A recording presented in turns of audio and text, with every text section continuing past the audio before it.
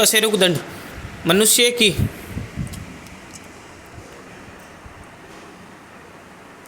कशेरुक दंड के बारे में ध्यान क्या रखना अपन को। देखो, मनुष्य की बाल्यावस्था में सामान्य बाल्यावस्था में कशेरुक दंड छोटी छोटी 33 अस्थियों के संयोजन से बनता है। इन अस्थियों को कशेरुका कहते हैं।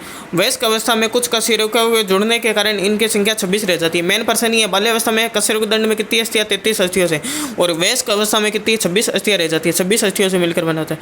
कशेरुक दंड में बाल्यावस्था में कितनी हड्डियाँ होती है, 33, और वयस्क अवस्था में कितनी होती है, 26। बाल्यावस्था में 33 और वयस्क अवस्था में कितनी होती है, 26। बाल्यावस्था में 33, वयस्क अवस्था में कितनी होती है, 26। अब बाल्यावस्था में 33 होती है बच्चों में, तो इसका सूत्र क्या होता है? सूत्र होता है बच्चों में कशेरुक दंड का सूत्र क्या होता है? कशेरुक दंड का सूत्र पहले इंग्लिश याद करो, CTLSCO, सिटी लो स्कूल को, इसे याद करो, सिटी लो स्कूल को, CTLSCO, सी का मतलब क्या होता है? Cervical, C is equal to cervical, T मतलब थोरेसिक, L मतलब लुम्बर, C मतलब कर्विकल, C मतलब कर्विकल, T मतलब थोरेसिक, L मतलब लुम्बर। S का मतलब होता है sacral, sacral, cervical, thoracic, lumbar, sacral, और कोसिल। CO का मतलब होता है coccyx, CO is equal to coccyx, cervical, thoracic, lumbar, sacral, cervical, bag लेके नहीं, कर्विकल, थोरेसिक, लुम्बर, सैक्रल, कोसिल, CTLSCO, ये होता है बच्चों के कशेरुक दंड का सूत्र। अब कशेरुक दंड की संख्या है 7, 12, 5, 5, 4, 7, 12, 5, 5, 4, 7, 12, 5, 5, 4, 7, 12, 5, 5, 4, CTLSCO, cervical, thoracic, lumbar, sacral, coccyx, city low school को, CTLSCO ऐसे, और संख्या होती है 7, 12, 5, 5, 4, ये बच्चों का है। और वयस्कों में कशेरुक दंड का सूत्र क्या होता है? वयस्कों में कशेरुक दंड का सूत्र होता है वही CTLSCO लिखना है, 7, 12, 5, 1, 1, लास्ट वाले में ध्यान रखना 1, 1 हो जाता है। 7, 12, 5 उसमें भी था, 7, 12, 5, 5, 4 था उसमें, इसमें 7, 12, 5, 1, 1, उसमें क्या था 7, 12, 5, 5, 4, और इसमें क्या होता है 7, 12, 5 तो है ही, यहाँ पे 1, 1 हो जाएगा।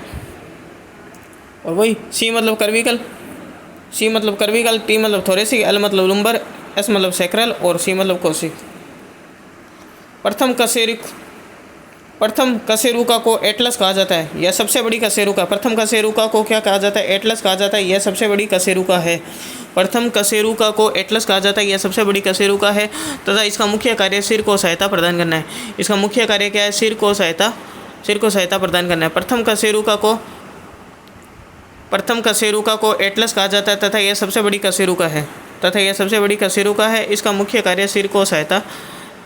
कार्य क्या है? सिर को सहारा प्रदान करना है। प्रथम कशेरुका को एटलस कहा जाता है, यह सबसे बड़ी कशेरुका है, इसका मुख्य कार्य क्या है? सिर को सहारा प्रदान करना है, इसका मुख्य कार्य सिर को सहारा प्रदान करना है। आगे उरोस्थी के बारे में ध्यान रखना है, यह चौड़ी हड्डी है जो कि छाती के अंदर स्थित होती है। उरोस्थी यानी स्टर्नम, V से बड़ी, ये चौड़ी हड्डी है जो कि छाती के अंदर स्थित होती है। इसकी संख्या कितनी होती है? 1 होती है। इसकी संख्या कितनी है? उरोस्थी यानी स्टर्नम, इसकी संख्या कितनी है? 1 है। इससे पसलियाँ जुड़ी रहती है, इसको स्तन की हड्डी भी कहते हैं। उरोस्थी यह चौड़ी हड्डी है जो छाती के अंदर स्थित होती है, इसकी संख्या कितनी होती है? स्टर्नम की संख्या कितनी होती है? 1 होती है। इससे पसलियाँ जुड़ी रहती है, इससे क्या होती है? पसलियाँ जुड़ी रहती है, इसको स्तन की हड्डी भी कहते हैं। आगे वक्ष अस्थियों में ध्यान रखना है, वक्ष स्थल में वक्षीय कशेरुकों से जुड़ी 12 जोड़ी पसलियाँ, रिब्स पाई जाती है।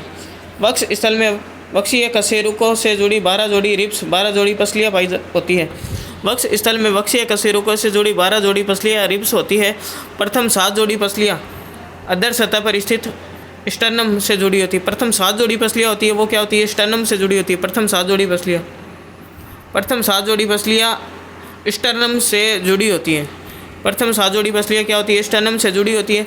इन 7 पसलियों को वास्तविक पसलियाँ कहते हैं। इन 7 पसलियों को क्या कहते हैं? वास्तविक पसलियाँ यानी ट्रू रिब्स कहते हैं। प्रथम 7 जोड़ी पसलियाँ प्रथम 7 जोड़ी पसलियाँ क्या होती है? अदर स्टर्नम प्रथम 7 जोड़ी पसलियाँ होती है वो स्टर्नम से जुड़ी होती है तथा इन पसलियों को वास्तविक पसलियाँ ट्रू रिब्स बोलते हैं। 12 जोड़ी पसलियाँ होती है वक्ष स्थल में, 12 जोड़ी पसलियाँ होती है। प्रथम 7 जोड़ी पसलियाँ स्टर्नम से जुड़ी होती है जिनको वास्तविक पसलियाँ ट्रू रिब्स कहते हैं। अनुबंधी कंकाल। मनुष्य में अंश मेखला व श्रोणि मेखला तथा हाथ पैर की अस्थियां अनुबंधी कंकाल का निर्माण करती है। मनुष्य के अग्रपाद एवं पश्चपाद को अक्षीय कंकाल पर साधने के लिए मेखलाएँ होती है। अग्रपाद एवं पश्चपाद को अक्षीय कंकाल पर साधने के लिए क्या होती है? मेखलाएँ होती है। अग्रपाद यानी हाथों में कौन सी होती है? अंश मेखला। पश्चपाद यानी पैरों में कौन सी होती है? श्रोणि मेखला होती है। अंश मेखला, अग्रपाद यानी हाथों में अंश मेखला और पश्चपाद पैरों में कौन सी? श्रोणि मेखला कहलाती है।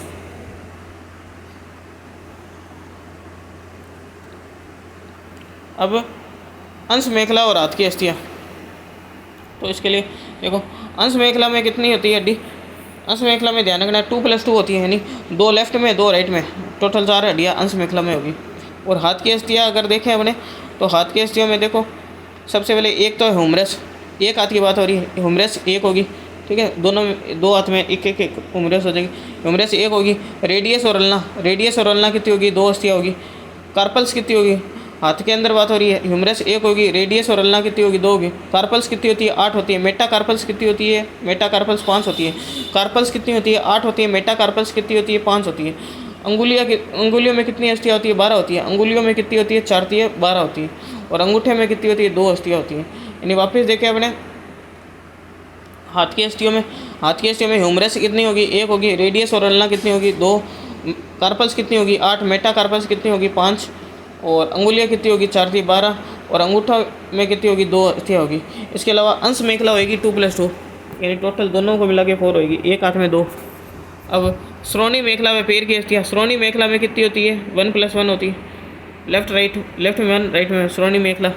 और सबसे पहले फीमर, पैर की अस्थियों में देखें तो सबसे पहले फीमर कितनी होती है? एक पैर की बात हो रही है, फीमर कितनी होती है? 1 होती है। टिबिया फिबुला कितनी होगी? टिबिया फिबुला और पटेला 3 होगी। टिबिया फिबुला और पटेला कितनी होगी? 3 होगी। 2+1 3 होगी। और टार्सल कितनी होगी? 7 होगी। टार्सल कितनी होती है? टार्सल 7 होगी। और मेटा टार्सल कितनी होगी? 7 होगी। मेटा टार्सल कितनी हो जाएगी? मेटा टार्सल हो जाएगी 5। टार्सल 7 होती है, मेटा टार्सल कितनी हो जाएगी? 5 हो जाएगी। अंगुलियों कितनी? वही 12 हो जाएगी। अंगुलियों में कितनी? 12 अस्थियाँ और अंगूठे में 2 अस्थियाँ होती है। ये पैर की अस्थियाँ होगी। टोटल मिला के देखो, टोटल मिला के यहाँ पे होगी पैर की अस्थियों में 60, ठीक है। 30 × 2 60 होएगा, प्लस इसमें 2 वो ऊपर वाले और कर देंगे श्रोणि मेखला के, तो 62 हो जाएगी। और इधर वाली साइड में भी क्या होता है? 30 × 2 60 ही होता है इधर वाली साइड में हाथ की अस्थियों में, प्लस साथ में इसमें 4 वो जुड़ जाएगी अंश मेखला वाली, 2 1 1, तो 64 हो जाएगी। 64 और 62 दोनों को जोड़ेंगे तो आएगा 126। और ये 126 अनुबंधी कंकाल में अस्थियाँ होती है। और 80 किस में होती है? अक्षीय कंकाल में होती है।